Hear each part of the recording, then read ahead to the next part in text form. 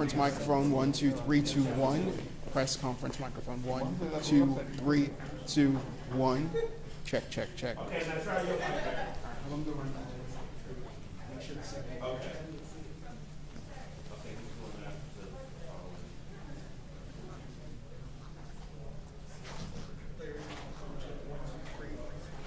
oh, wait, I didn't. Wait a minute.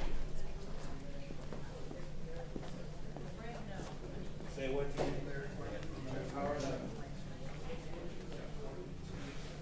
it possibly, this possibly could be.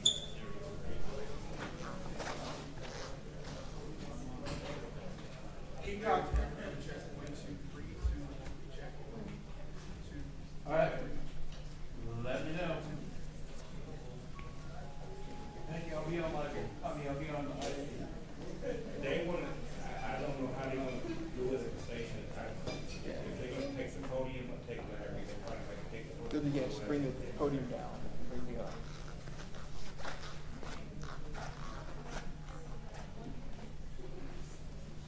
You're so demanding, Larry. I know, right? None of my idea. I'm just trying to make it happen. I think like I said, we're going through it right now.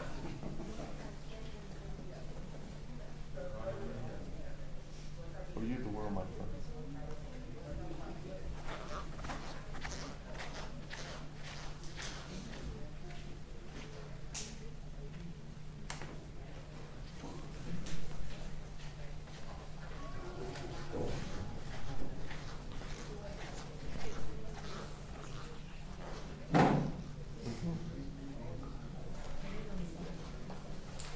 Drug dealer, you use the Bible?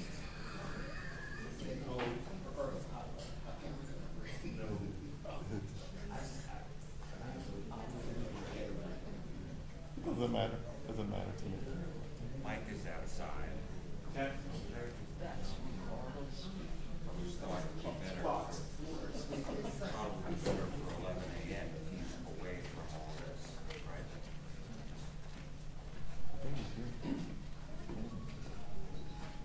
I think he's in the park. Is that it? The signal's kind of funky in here, so.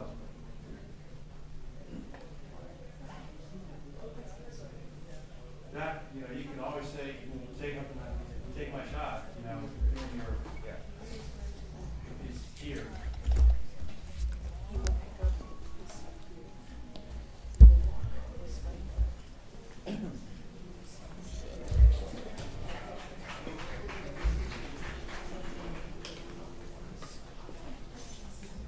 Is he here? No. No?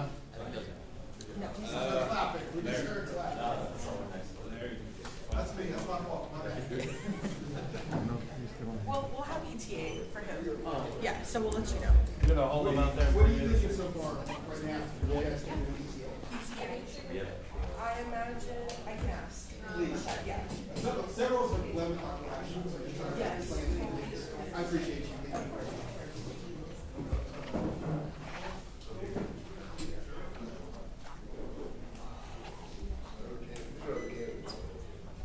Might be easier to do if you go up here. Oh, great.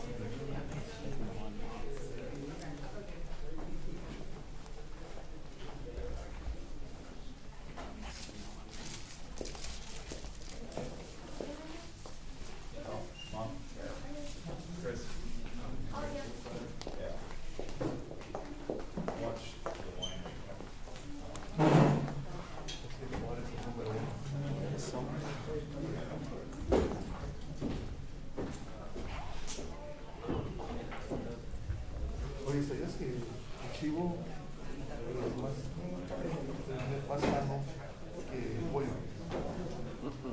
Más saludable. I've never had it. I know they said tacos are very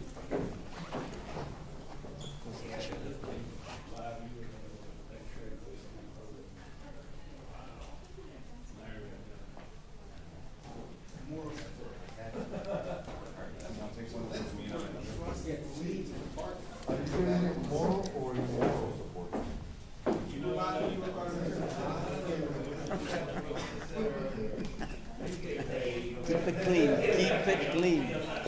Keep it clean.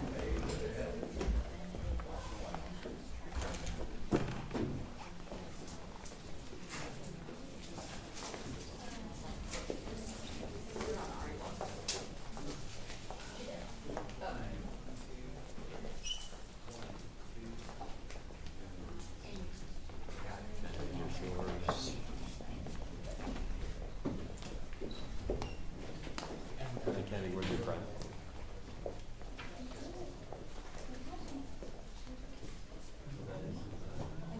No. No.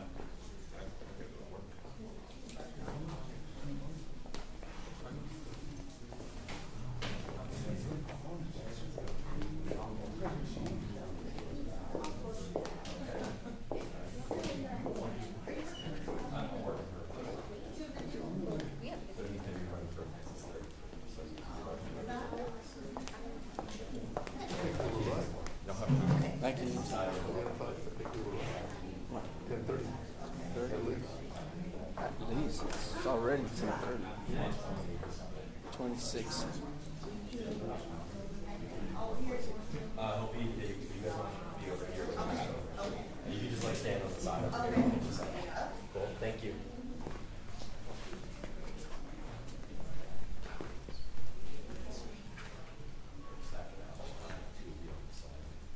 Over here, like someone in the shot. I'm standing right in front of the flag and the two of you are there.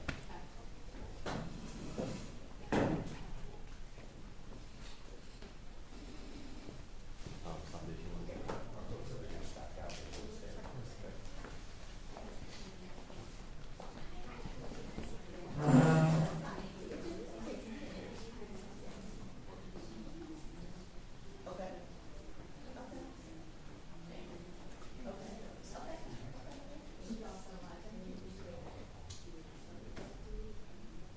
When we're looking at timeline, just curiosity. Almost here, I'm just gonna call them and get the ETA, we should be good here, I think it's 10:35 ETA. 10:35? Yeah.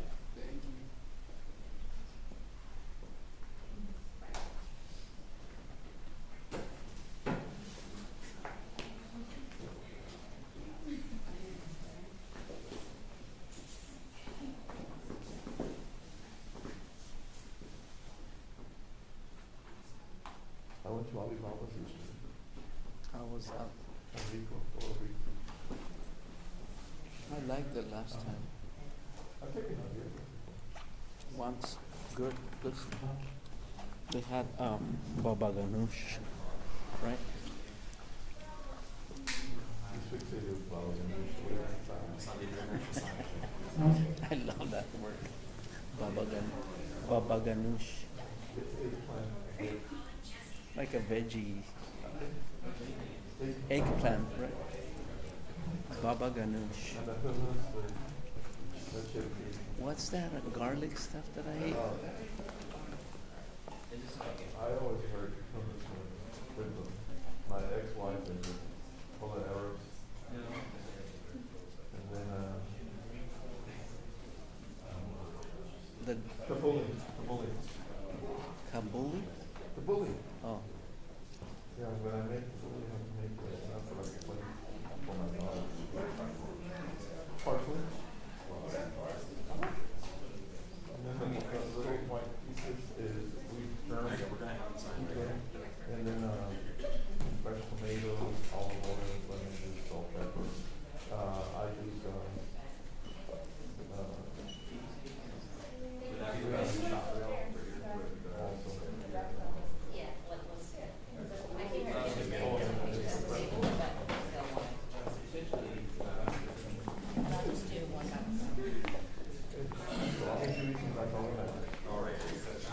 it's mostly veggies though, right?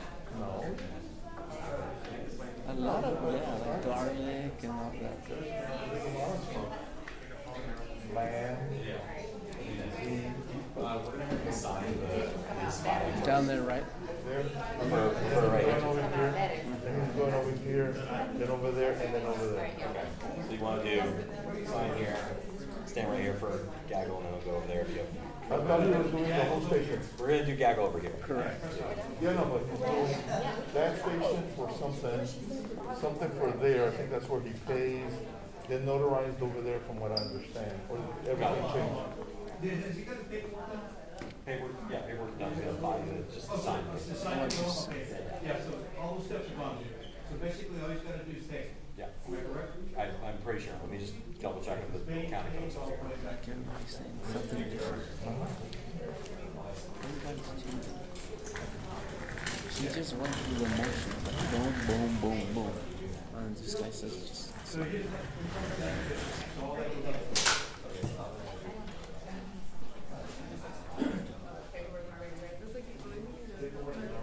But he's got to sign only, right? Now there's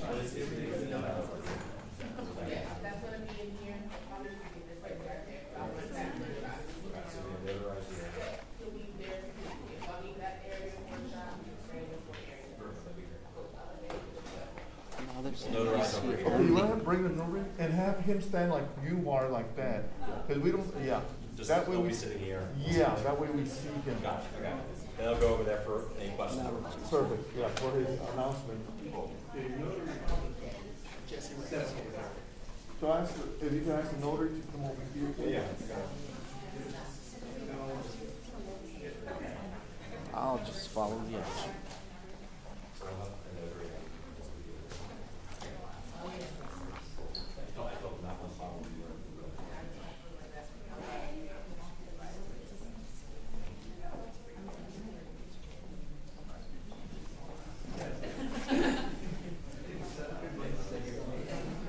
What's the latest? What's the changes? So the notary, he's already signed the paperwork. Okay. He's gonna come in here, do something here, and then notary, and from here, he goes to the podium.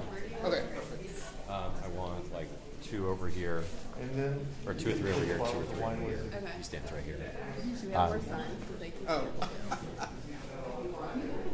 Yeah, I want a mix. No matter which way you walk. Okay.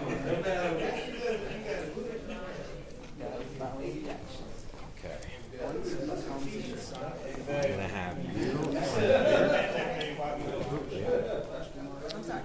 Okay, right here. Got you. Okay. Okay. Now, I'm gonna have Jane, you're gonna come over here. yes. You stand right here. Thank you. Nancy, I'm gonna have you right over here. That's what You, sir, I'm gonna have you right here. Sandy, I'm gonna have you come over here. Let's see if you're short enough. Perfecto. I'm gonna have one of you But all his come page over still out on the field? Or? Okay. Grapevine. Oh, doing the Christmas stuff? No, no, something with Caterpillar that's gonna happen a year from now. Oh, dang. They were supposed to go to the Grapevine Christmas, the ice sculptures. And I was, I mean, it's just a soundbite, and then they're gonna show me around. And oh shit, I call No, that it's eight. okay. It's okay. It's okay. That's the name of the game. Unless you need to be there. Or I just want to hand it. Over here. And then Nicole, if you want to stand in the background over here as well. Yeah, she's taller. Thank you. So you'll stand behind them over here. You think? You just you stand behind them. And then you guys just pull up. I'll have you right here. Perfect. You all both it. I think so. Squeeze in, squeeze in, squeeze in. Yeah. Squeeze in this way, squeeze in this way. Okay. One more. Stop. Okay, I think that works. I think that should work over here. Okay. Thank you guys for being here. A minute. Any word on when he's arriving? Excuse me, any word on when he's arriving? When he gets in here, you can put these on your arm. Just give him a good round of applause.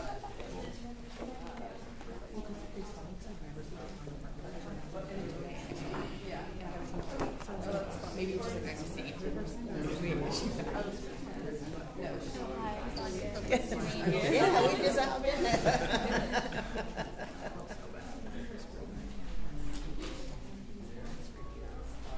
Word of caution,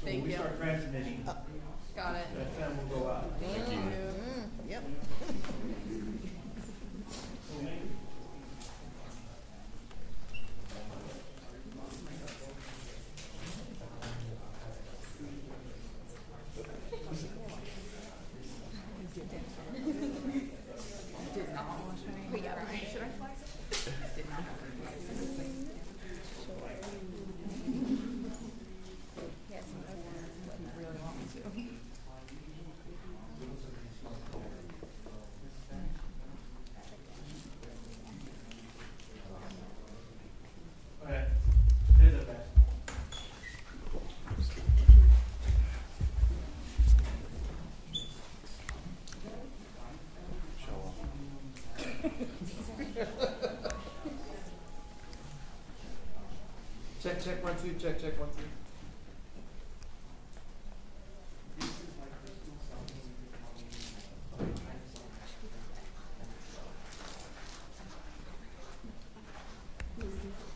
Just so it looks like more like integration. Remember, it's gonna supposedly. There is no. Where's the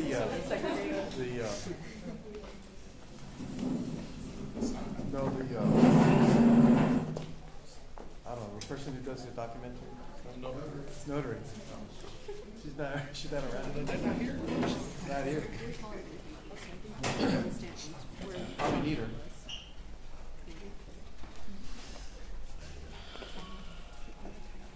Or he may not need it. Hey, nothing. Stevie, we need a notary back here. We also need somebody to take his money. I'll take his money.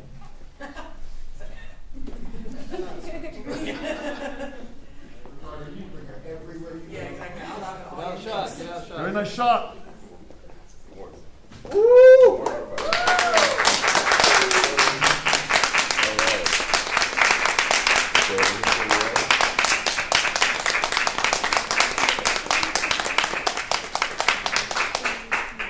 General application.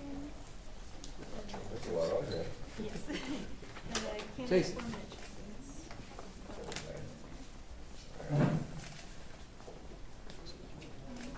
If you'd like to take a seat and fill it out, there's a table. I'm not sure that's as good of a footage. Hang on. Oh, sir. Right here.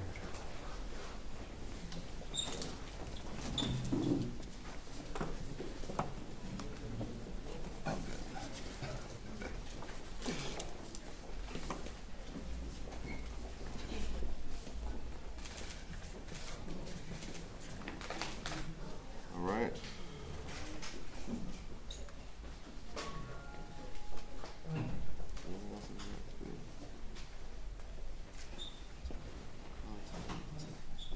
All right, that's it. Podium's right behind us.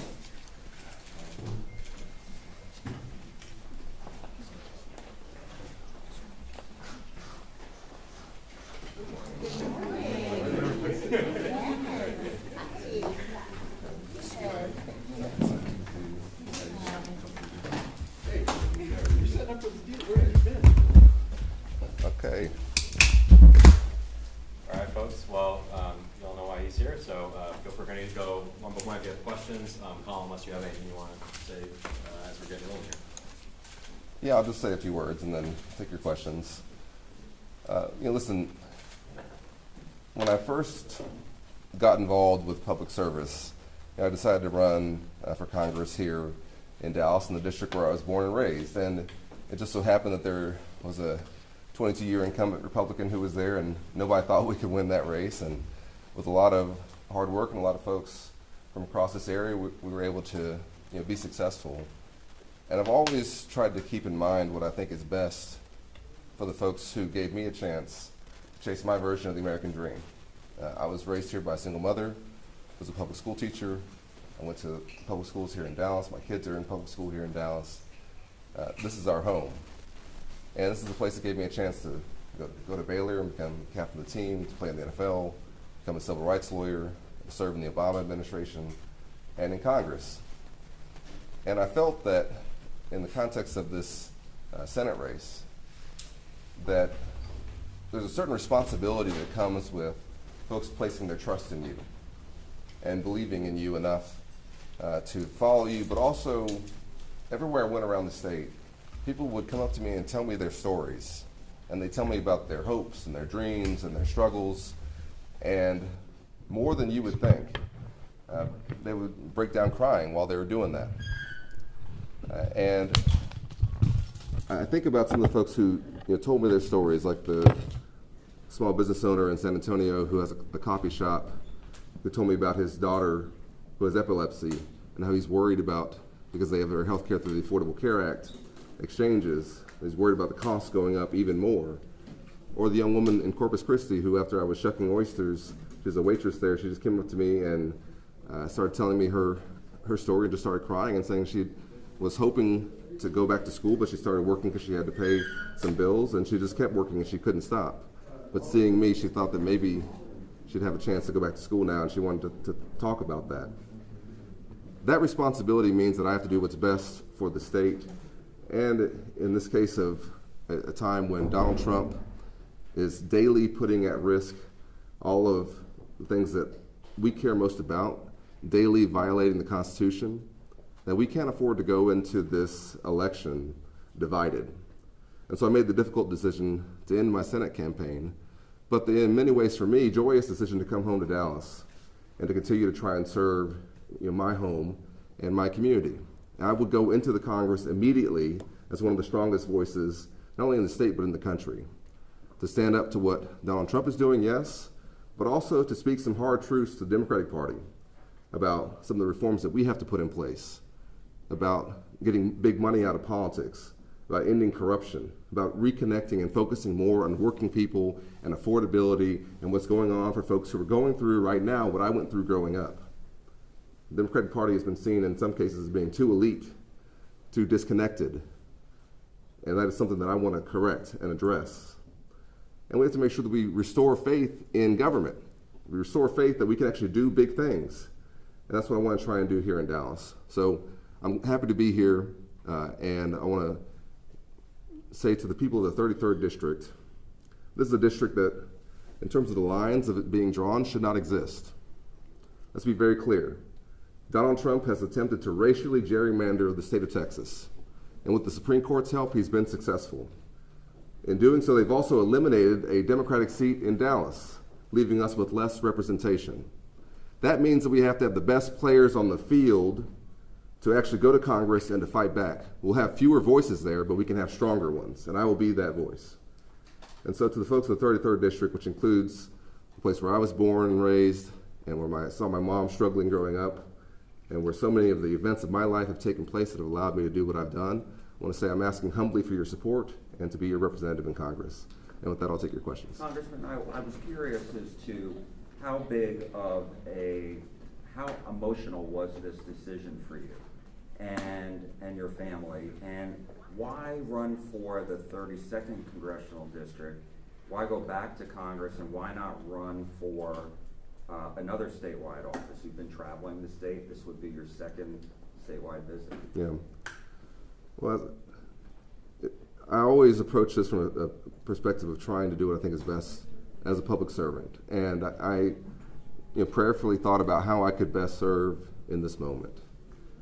And I thought that a bruising primary and runoff that would have been guaranteed was not in the best interest of the state.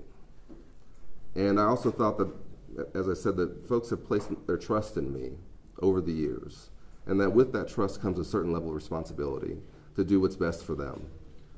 But that I could also continue to serve in a different way. And that I have important insights and important experience to bring back to Congress, to go in with much more knowledge, energy, and focus even than I did last time. And we got a lot done in my first 6 years in Congress.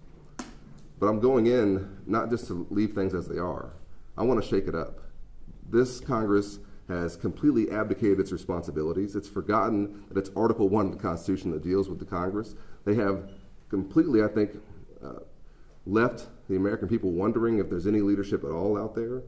And I'm going to go into Congress with the help of the folks here, and if I'm so honored to be there, to be our nominee, as somebody who will be there to shake things up and to speak some hard truths to everyone, and to say, let's fix these things, let's get this back on the right track, and let's do it as well as we can together. Congressman, you want to avoid a Senate primary, bruising Senate primary. You're still facing Julie Johnson, who's also running for 33. The LGBTQ PAC, you may have seen this last night, they said it's unconscionable for you. They said the last thing a Democrat should do is try to unseat the first openly LGBTQ member of Congress from Texas. They called it unconscionable. How are you going to tell Democratic primary voters you're different from Julie and they should elect you over her because you endorsed her? Let's be very clear. This is a totally new district. This is not a district that has any incumbent in it. I'm not running against anybody. I'm running for this district that, as I said, was racially gerrymandered by Donald Trump. There is no incumbent in the 33rd district other than Mark Vesey, which is in Fort Worth and parts of West Dallas. So this is an entirely new district, and one that encompasses much of Dallas County and the places that I've known and grown up in. And I'm well known here. And folks know my record of service. They know, I think, how I've approached doing this in a way that brings folks together, and that I've done it in a way that hopefully has some dignity to it. And so I'm going to be running on my record and what I can bring to the table. Anyone else who chooses to get into the race will have to do the same. But Democratic primary voters will see your name and her name on the ballot come March. What would you tell primary voters how you're different from her? Listen, I think it's not about her. It's not about anyone else. To me, I'm focused on what I know we have to do, which is that we have to root out the corruption and deal with the high costs and the risks to our Constitution that have placed us in a moment where we have to have our best players on the field. And I think I'm one of our best players, and I know what I'm going to do, and I know how to do it, and I look forward to doing it in Congress again. Could you say, though, that you wanted to avoid a brutal Senate primary? You didn't think that was in the best interest of voters in the state, but why is a primary in the 33rd in the best interest of the voters? Well, the contexts are completely different. We're talking about trying to flip a Senate race statewide, in which I'm giving whoever the nominee will be an 80-something day head start by not having to be in a brutal primary and runoff, versus a newly drawn congressional district in which we'll just see what the outcome is, but it certainly is not. The stakes are very different, right? And so I made the decision to do what I thought was best for the state, but also what's best for the state is to have some of our best folks in Congress representing us. We will have fewer Democrats in Congress because of this redistricting. Those voices that will be there will have to then be stronger, and I will be one of those strong voices. I can represent Dallas, and we'll see what happens with these congressional districts. I'm still hoping that eventually this gerrymandered map will be overturned, and I think that overall in the long run, I'm hoping that we can ban gerrymandering like this in general and make sure we don't have to have some of these ridiculous districts like this. The fact that we're even having this conversation is a win for Donald Trump. Time for 2 more questions. Congressman, how much of the polling played into this? With the latest polls we saw from Houston, I think TSU did the latest polls for the Senate race, showed Congresswoman Crockett ahead of you, and I think you and Tallarico were close behind that. Was that the deciding factor here, or was something else the deciding factor? I mean, of course you have to look at it and wonder what the overall outcome would be, and I don't know what it would be. But I know what the result would be, which would be bruising and divisive, not only primary, but then runoff. And that, to me, would leave the eventual nominee with very little chance of being successful in November. I do have some experience with this, and I also know what it's going to take for us to have a breakthrough in a state where we haven't done this in some decades. And I don't think it looks like coming out of a race like that. Will you get behind either Tallarico or Crockett if she announces this afternoon? Will you endorse one? I'll have more to say on that in the future. I'm focused on the 33rd district right now, but I'll say that Jasmine's a friend who I've worked with and known for some time, going back to before we were both in office. To me, my focus is on making sure that folks here in Dallas know why I'm running to represent us in Congress, and I'll weigh in on some other races over time. What does your family have to say about you changing and running? Well, I think my boys are pretty excited about it. I told them I wasn't going to have to be away nearly as much. I've got a 4 and a 6-year-old. My first born son, Jordan, he was born a month into my time in Congress. I was the first member of Congress to ever take paternity leave when I took some leave to go care for him and my wife. And then we had Cameron, our second son, a couple years later. And much of that time has been spent with me campaigning and serving and having things like January 6th and threats on the House and all kinds of things going on. And in some ways, I'm hoping that this can also help in terms of stability there. But I've always approached campaigning and serving because I'm doing it for my boys. And I tell folks on the road this all the time. But I carry physical reminders of my boys with me. I have 2 little rocks that I keep in my pocket because my boys collect rocks and they bring them to me, and they know that wherever I go, when I put my hand in my pocket, I've got a reminder of them.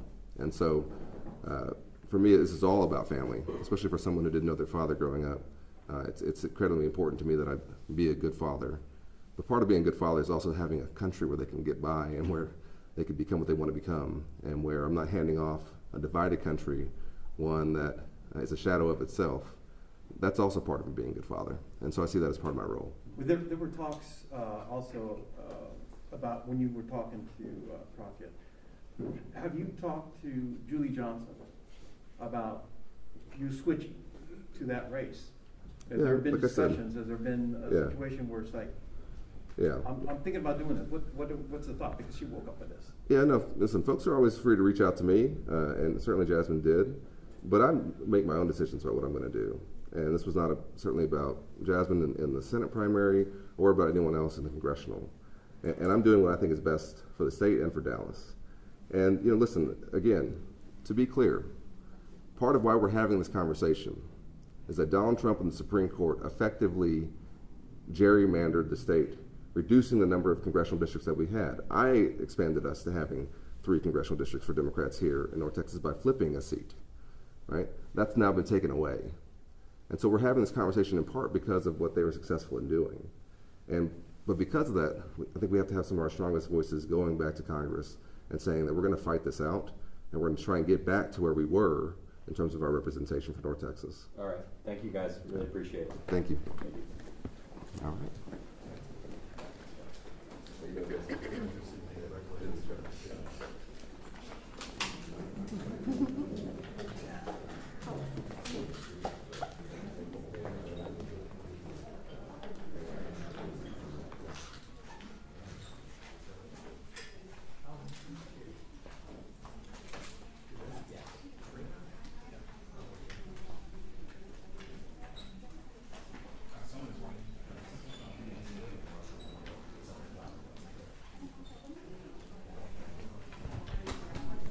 Oye, Javier, a esta en que